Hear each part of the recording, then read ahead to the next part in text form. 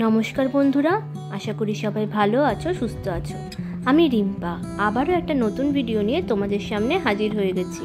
এর ভিডিওতে তোমরা দেখেছো যে আমরা কোন কোন ফলস ঘুরে নিয়েছি। যদি না দেখে থাকো তাহলে আরও একবার করে কিন্তু ওই ভিডিওটা দেখে নিও।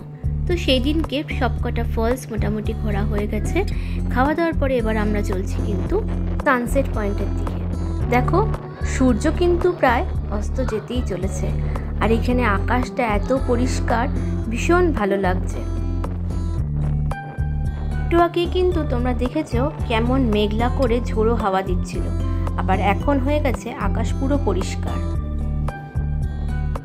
চলে এসেছি সানসেট পয়েন্টের কাছে। এটা হলো পাত্রাতু ভ্যালি। এখানে দেখো কত লোক এসছে, সবই কিন্তু টুরিস্ট পার্টি আছে কিছু, আবার কিছু আছে এখানকারই লোকাল লোক। এখানে আইসক্রিম, ফুচকা, ডাবওয়ালা আর কিছু ছোটোখাটো শোপিসও বিক্রি হচ্ছে। আর সূর্যটাকে দেখো কি সুন্দর লাগছে দেখতে।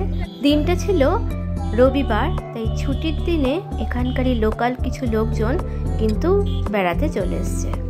পাত্রাতু ভ্যালি থেকে বেরিয়ে আমরা চলে গিয়েছিলাম পাত্রাতু লেক রিসর্টে।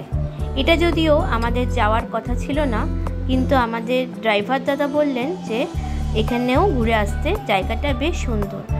এখানেও টিকিট কেটে ঢুকতে হয়। ঢোকার মুখেই দেখলাম ছোটোখাটো বেলুন বসেছে, নানা রকম বাচ্চাদের খেলনাও কিন্তু বিক্রি হচ্ছে।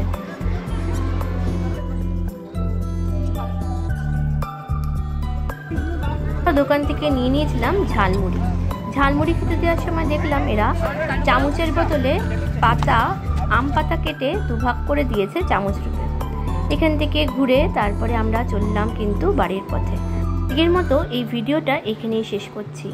সবাই ভালো থেকো, সুস্থ থেকো।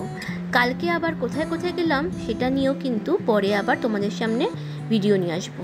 তবে আজকের ভিডিওটা তোমাদের কেমন লাগলো অবশ্যই জানিও কিন্তু। ততক্ষণে ভালো থেকো, সুস্থ থেকো।